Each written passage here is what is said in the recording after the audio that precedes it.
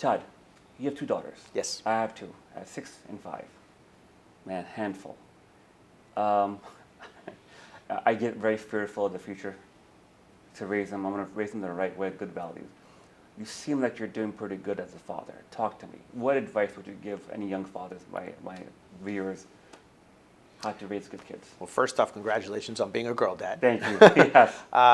You know, I was like the typical man. I wanted boys till I had girls. Yes, me too. And my daughters are probably same as yours. They're about 18 months apart, 17 months Yes. apart in age. And let me tell you, becoming a parent, everyone tells you, it's this, that.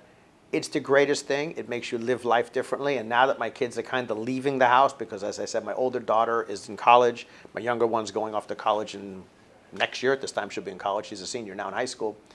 I've always had a great relationship with my kids. Yeah. But my thing has always been, I trust them. I really tell them the truth. And I explain that this is their life. Go make it as great as you want or screw it up. It ultimately is in my life. So I'm not the hovering parent. I don't push them to do things they don't want to do. I don't put Life 360 on their phones to see their moves. I don't care. It's their life. They have to do it their way. But I'm also not trying to be their friend.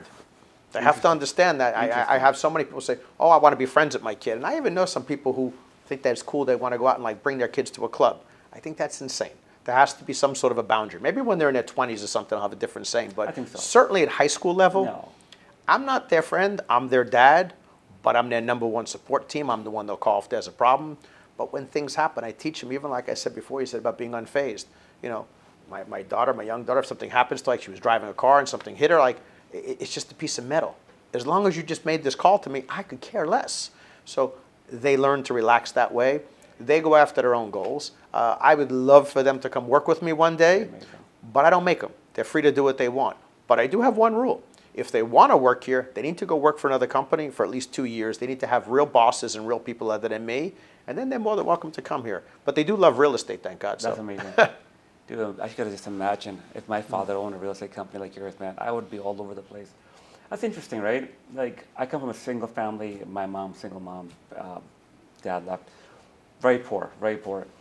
And I see people whose fathers have multiple businesses doing really well, and they pick something else. Mm-hmm. This makes sense to me. I'm an entrepreneur. I want to do, like if my father had a nice business, show me the ropes, and like you said, right. I'll go to work somewhere else and I come. But why do you think that is?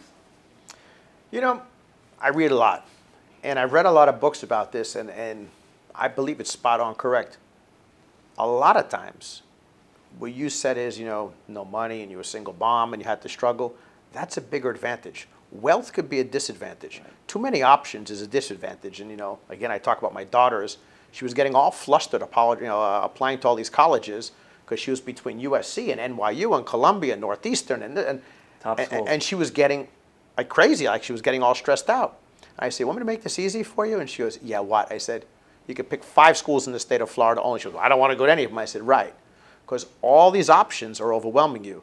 And I believe that, you hear about a lot of these people, you think their life is made, they have all these options and all this money and all this fame, some of these famous people's kids. It hurts them. These are unfortunately the kids that are more prone to using drugs and not being successful. And it usually is, the people we talk about today, the Jeff Bezos, the Elon Musk, these guys, Mark Cubans, these guys didn't come from extraordinary wealth, which is why it does dilute over generations. So I really believe that when you have so many options, like you said, we probably all watched Succession, and it was such a great show.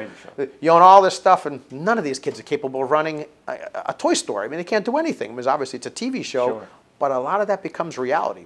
Yeah. So I even say, to even take it further, if I was the son or child of someone who's great at something and so successful, you might want to go a different path. Like, I don't know that I'm not his parent, but I don't know Tiger Woods' kids should play golf. I don't know that Venus and Serena's kids should play tennis. I mean, I don't know. I don't know that that's the best path because you're always in the shadow of your parent. Of course. I mean, back to Gordon Gekko, back in Douglas, who you remind me quite a bit with this gray suit on.